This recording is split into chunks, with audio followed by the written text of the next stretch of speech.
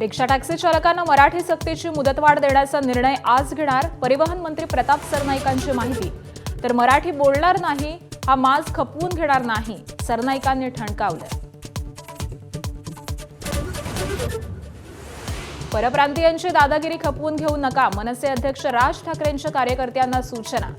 मराठीला विरोध करणाऱ्यांविरोधात ताकदीने उतरण्याचे मनसैनिकांना आदेश। पुणे स्टेशनजवळ वंदे भारत ट्रेनचा डबा रुळावरून घसरला। सीएसएमटीहून सोलापूरला जात होती ट्रेन, सर्व प्रवासी सुखरूप। अपघाताची चौकशी करण्यासाठी समिती गठीत करणार।